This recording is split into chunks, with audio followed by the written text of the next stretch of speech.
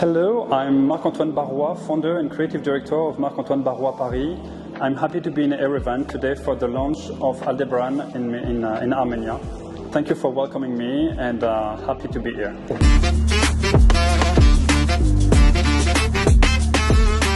Marc-Antoine Barrois, parfumer, creator, couturier. Hi Marc, welcome to Yerevan. Hello, thank you for welcoming me in Yerevan. It's our pleasure to have you here. After a couple of minutes we will have immersive experience of Aldebaran event. Are you ready? Yes, I'm ready. It's quite exciting because Aldebaran is a quite new fragrance. It doesn't make any reference to anything that people know, so bringing them in my imagination, bringing them in a kind of a fantasy world is everything I can do with this fragrance. It's your last creation, yes? Yes, it's my brand last creations. I created Aldebaran a few years ago, but we launched it only a month ago in Milan during the Design Week of Milan, and I wanted people to embody to feel new emotions, to experience some going in the dark, but to know that there is light and there is optimism every time, and that's what this perfume means to me. Okay, and during the process of creation with Quentin Bish, you discuss more about what people need or abstract topics? No, when I work with Quentin Bish, I discuss about what we want to do, like in which direction we want to do. Indeed, 3 years ago we decided to go towards florals as a new challenge in our way to create fragrances. And after, every time I smell something that I like, I tell him the emotions that it conveys in me, and I try to talk only about emotions. Quentin Bish masters the ingredients. Yeah. Is the one who can put two ingredients together and makes the magic. But it needs to be fed with my imagination, to be fed with my vision for the fragrance, and it's not what people need, it's what I want people to get. Show new way. It's what I want to show to people is, do people need optimism? Definitely now. Yeah. But do I want to show people that optimism is a good thing? Yes. You want to share your vibes, your vision, Yes, I'm very sincere and very true to who I am, so I like to share what I like, to share my kind of aesthetic. I think in the fragrance world there are so many brands, and it's super good to have so many brands because the world, it's beautiful out of its diversity. So I think with my brand I want to dedicate my work to making things which are my aesthetics, which are my DNA. It's coming for your heart. Yes, I don't want to copy what other people are doing, or I don't want to do things because it's the hype of the moment. Yeah. I just want to follow my guts and do what I want. Yeah. And my next question is, where and how did you start your perfume journey? I started my perfume journey very long time ago, if I'm talking about a journey, because of my grandparents, which were wearing perfume as a signature, as an olfactive signature. And so I was not seeing them very often, but every time I was smelling someone who was smelling like my grandmother, I was following the person on the street thinking, oh, cool, I have this gentleness of my grandmother for a few minutes with me. Then I was working at Hermès with Jean-Paul Gaultier, and in the Hermès brand there's plenty of fragrances, beautiful fragrances, and there's this kind of mix between all the Hermès fragrances that really has been with me for a long time when I was wearing there and working there, and it was a good memory. So. And when you decided to have your brand?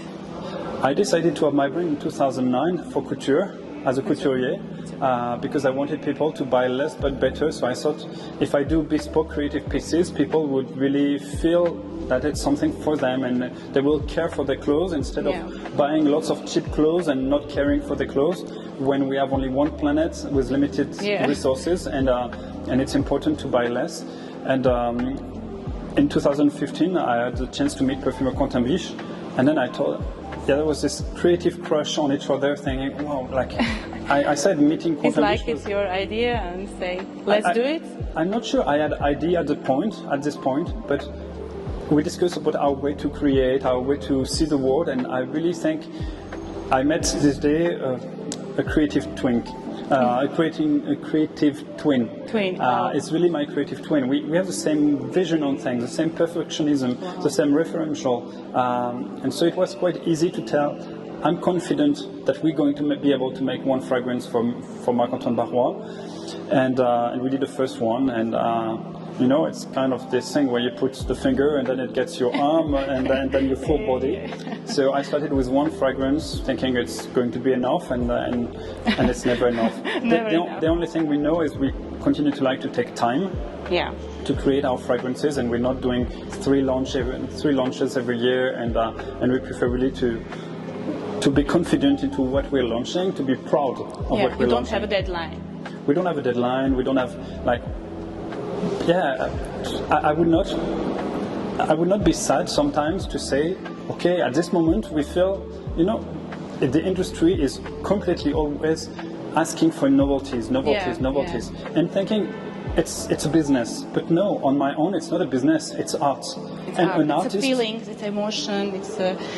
yes, it's all this, but behind art, that means you need to have inspiration. And inspiration is not a constant line. No. It's like this, and sometimes it never happened to me, but maybe one day the inspiration will be low during 1 year, 2 years, 3 years, and I will not feel sad not to create something new, because we have so much beautiful fragrances out of our 5 eau de parfum that we have enough to please people, we have enough to satisfy our clients, and I prefer to wait 3 years, but after the 4th year to create something exceptional, instead of doing like, because we want to do every year, doing some shit 1 year, 2 years, 3 years, because we have no ideas. You wait a magic, you wait a... My freedom is really important. My independence allows me this. My company, I own my company myself, and I'm not eager to sell to anyone because it's important for me to remain free as an artist. So I've never felt as happy as I am today, because I'm 40, I have the chance to have 3 beautiful, healthy kids, and to be confident into what I do, so that I don't feel obliged to do anything. Like if you don't fast, basically, if tomorrow I want to stop, I can stop feeling I need to make a pause. I can respect myself, and I think it's the most important thing. If I don't respect myself, we often say to someone, love yourself before you can love others. Yes, well, if I don't respect myself, I cannot respect my clients. Yeah, it's true. Thank you for your words. It's very amazing thing. And let's go back to Aldebaran. You say Aldebaran is a star. Is imaginary or is a real star? It's a real star, Aldebaran. Wow. Aldebaran is a star that's been discovered in the Middle Age by an Arabic scientist, and it's the 13th or 14th most brightest star in the world, in the universe. It's 38 times bigger than the sun. So you imagine the sun is like this, and Aldebaran would be like this. So it's one of the brightest stars that you can see in the sky, actually. We like touch universe, yes. When we use Aldebaran, we you touch the universe. Indeed, you in a way What I liked about this star being so bright and so luminous is that I've seen when I discovered the first trials of Aldebaran in the office of Contambish, that was the emotions I was feeling. This perfume is a light that could guide me, that could be a light that shows me the way, and so I was thinking, this is the good way to share it with people, to share them. It's like a Harry Potter patronus, where you feel protected and you feel you want to follow this light that is going to protect you. It's I feel we live in a very dark world today, and seeing that there is light at the end of the end of the way, and we can consider that tomorrow will be better. It's important feeling. Yes, your philosophy about light, it's new way to live our life more beautifully, I think. Indeed, and Tilia before was a star in the day.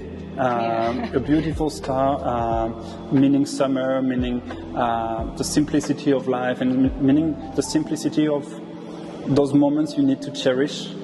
And enjoy moments. And to enjoy the moment. And really, Aldebaran is the other component of light, is to tell people maybe you don't have those happy moments because you're feeling a bad moment of your life, or maybe it's night and you don't want to be in those moments, but you just expect them and you desire them, and light will come. So it's really this, and for me Aldebaran is really mesmerizing. It's a magical fragrance. So light in the dark is much more things but magic than it's yin and yang and light and black. Yeah, and really there's this. It's captivating. It's very important meanings. It's very important idea for these days, these chaotic days. And thank you so much. And I want to ask you. You say that Aldebaran is a luminous fragrance, and when I try, I feel light. How did you make it? Well, it's feeling. Sometimes you don't make things on purpose. But still, 3 years ago, when I discussed with Quantum Vision, discussing about the way we wanted to do florals, I asked him. I said, "Okay, that's a great challenge. But what will be the challenge with florals?" And florals are so. There's so much florals in the perfume industry,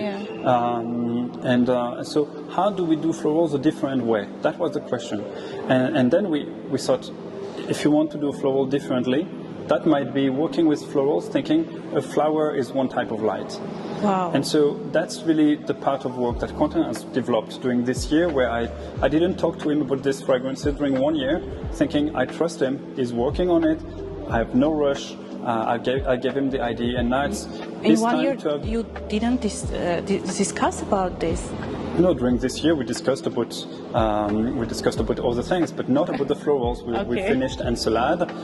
We had other things to work on, but I had put the little seed in his mind that I had this idea for later, and this new challenge. So it was.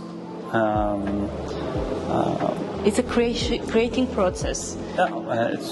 I left him with this creating process there, and then he made me smell different flowers, so that we could have some linden flower, which was the starting point for working on Tilia. And among those flowers there were Aldebaran. And when I smelled it at first, I was like, I left it on the side, thinking. This one is so special, I need to talk about it in a different way than from the others. So all the other flowers, I told him, this one I like, or this one I don't like, this one I like, but maybe we need more. I see this kind of happiness emotions, we need to find something more simple, and it makes the fragrance evolve towards Tilia or towards something else. But for Aldebaran, I didn't want to change anything. It was like this trial where it's so perfect. It felt.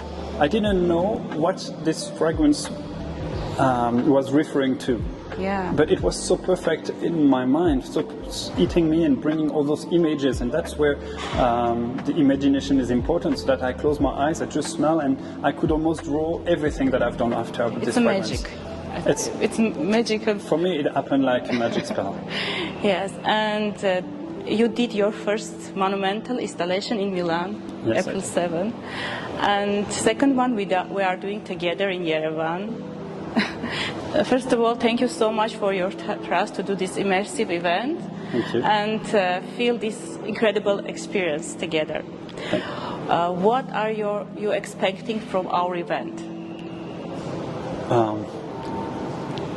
I don't know if I'm expecting anything. I'm just hoping that your clients, that Armenian people will be able to understand better Aldebaran after this event, that they will enjoy the evening and spend a moment where that will be linked with new emotions, that will be linked with emotions they can relate with the next time they smell Aldebaran.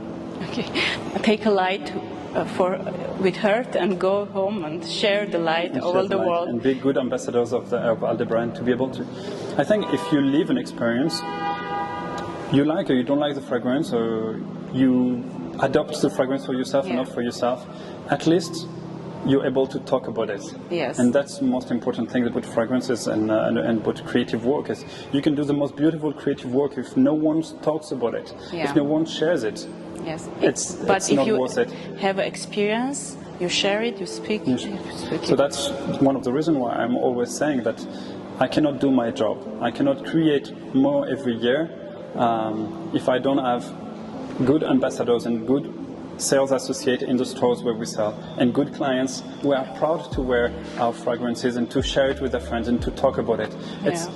It's all a community, and I respect all of them, and I think it's part of part of our life. It's an adventure that we live together, and that in a way, each of one can stick to it. Yeah.